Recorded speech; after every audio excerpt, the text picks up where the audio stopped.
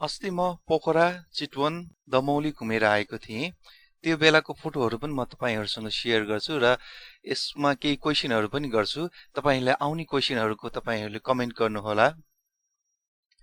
कहिलेकाहीँ यसरी question answer गर्दाखेरि पनि रमाइलो हुन्छ।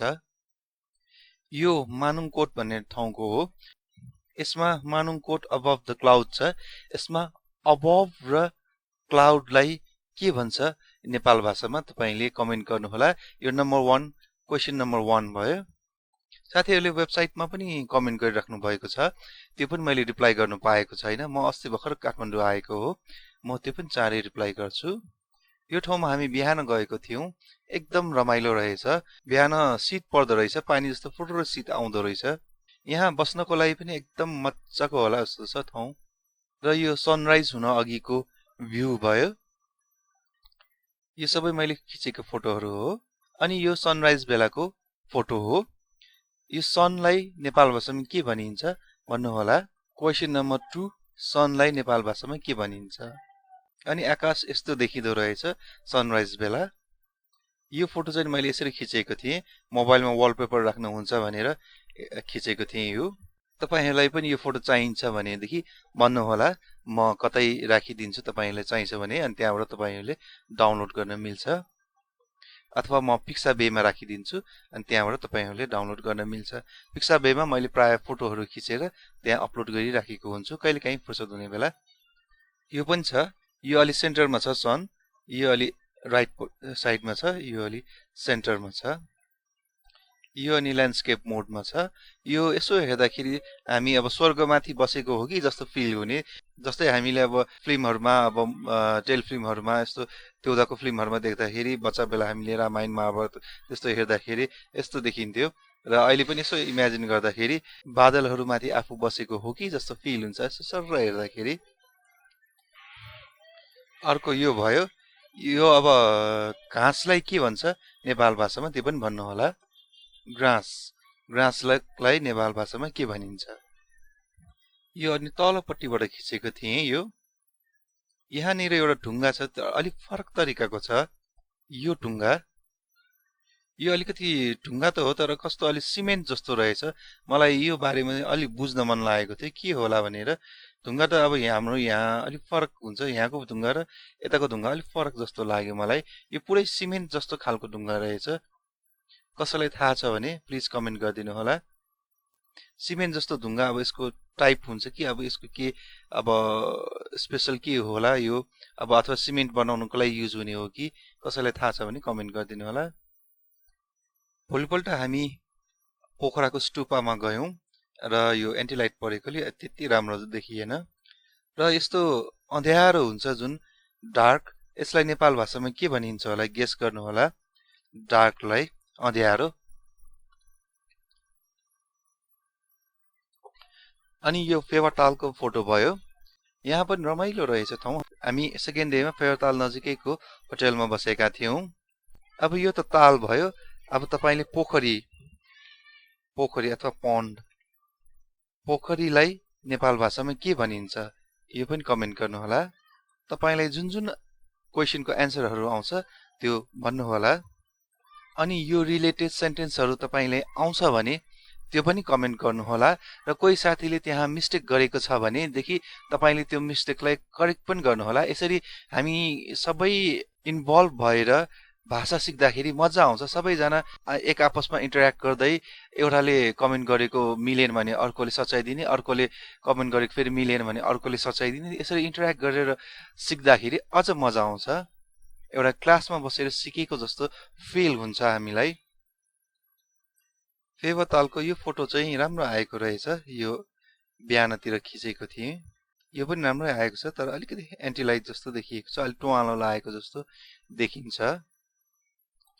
यहाँबाट पनि यो शान्ति स्तूपा देखिन्छ। यहाँ शान्ति स्तूपा भयो र यतापट्टि महादेवको मूर्ति पनि छ। यो पनि बिहान खिचेको फोटो हो। यो पनि राम्रो आएको छ। तपाईहरुलाई कस्तो लागेको छ? तपाईहरुलाई अलि अँध्यारो लागेको छ कि मैले यहाँ अलिकति अँध्यारै गरेर खिचेको हो। यता रुख भएको ठाउँमा अलि अँध्यारो हुने गरी खिचेको थिएँ। तर यसमा अलिकति यहाँ बिचतिर लाइट बढी भएको भए अझ राम्रो हुन्थ्यो। फेवातालमा ढुङ्गा खियाइरहेको फोटो खिच्न मन लागेको थियो एउटा यो भेटेको थिएँ मैले बिहान भएकोले त्यति डुङ्गाहरू चलेको थिएन यो अलिक क्लियर आएको छ तर अलिक तुवालो जस्तो देखिन्छ अनि अर्को पोखराको के मजा लाग्यो भन्दाखेरि मलाई पोखरामा देखिएको हिमालहरू मलाई बाटोबाट सट्ट हेर्दाखेरि अझ मजा लाग्यो मलाई अब यो बाटोलाई के भनिन्छ बाटोलाई नेपाल भाषामा के भनिन्छ त्यो पनि कमेन्ट गर्नुहोला र तपाईहरुलाई केही सेन्टेन्सहरु बाटोको सम्बन्धी बनाउन मन लागेको छ भने त्यो पनि सेन्टेन्स बनाएर कमेन्ट गर्न सक्नुहुन्छ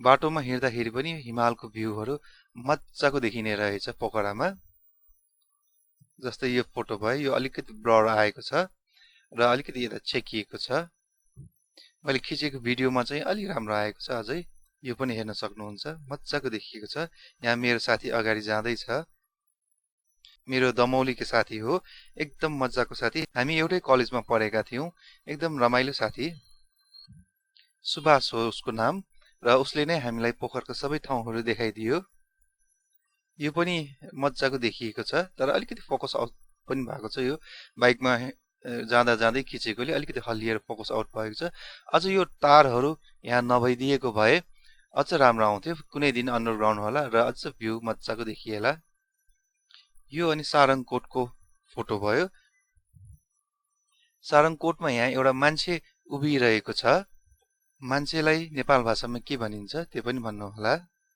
यो फोटो मैले सारङकोट पुग्ने बित्तिकै खिचेको थिएँ र यो फोटो चाहिँ मज्जाको छ यहाँ अब सबै हिमालहरु देखिएको छ यहाँ हिमालहरु देखिन्छ र तलपट्टि घर छ खेतलाई नेपाल भाषामा के भनिन्छ त्यो पनि भन्नु होला खेत यहाँ धान फलेको रहेछ मज्जाको देखिन्छ खेतबारीमा कुद्न पनि मजै हुन्छ हामी सानो बेला केटाकेटीमा कुद्थ्यौं र अझै पनि मलाई माटो भनेपछि छ्या जस्तो लाग्दैन माटोमा खाली खुट्टाले माटोमा हिँड्न पनि मलाई मजा लाग्छ गाउँघरतिर माटोमा एकछिन टेक्दाखेरि पनि मजा लाग्छ अनि यो फोटो भयो अनि यहाँ रुख देखिराख्नु भएको छ तपाईहरुले रुखलाई नेपाल भाषामा के भन्छ यो पनि कमेन्ट गर्नु होला तपाईले कतिको नेपाल भाषा सिक्नु भयो अब एकचोटी चेक गरौँ त्यो पनि अब जति सिक्नु भए पनि जान्नु भए पनि नजान्नु भए पनि एउटा दुईटा मात्र वर्ड सिक्नु भएको छ भने पनि त्यो राम्रो हो जान्दै नजान्नु भन्दा दुई चारवटा वर्ड सिक्नु पनि राम्रो हो त्यसपछि हामी यो भाइरल झरनातिर पनि गएका थियौं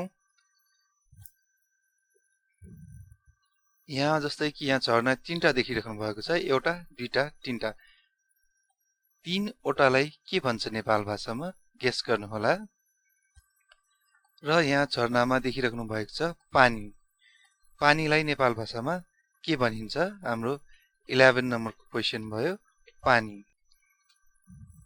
त्यसपछि हामी ब्याक टु काठमाडौँ भयौं नमस्तेलाई नेपाल भाषामा के भनिन्छ फाइनल क्वेशन नमस्ते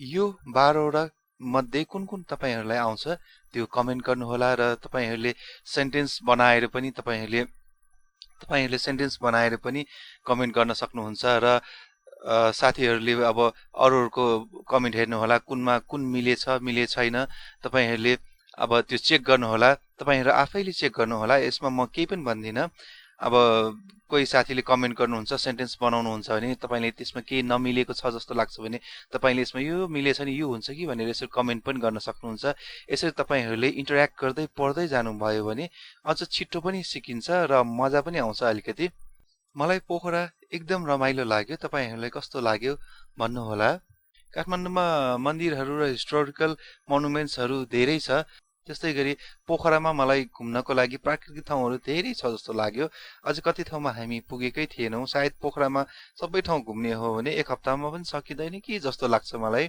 त्यो हिमालमा ट्रेकिङ बाहेक सरर टुर मात्र गर्दाखेरि पनि एक हप्तामा सकिदैन कि जस्तो लाग्यो अब ट्रेकिङ नै गर्ने हो भने ट्रेकिङको त झन् अब ड्युरेसन लामो हुने नै भयो वेबसाइटमा तपाईहरुको कमेन्टको रिप्लाई पनि म छिटै गरिदिनेछु थ्यांक यू शुभ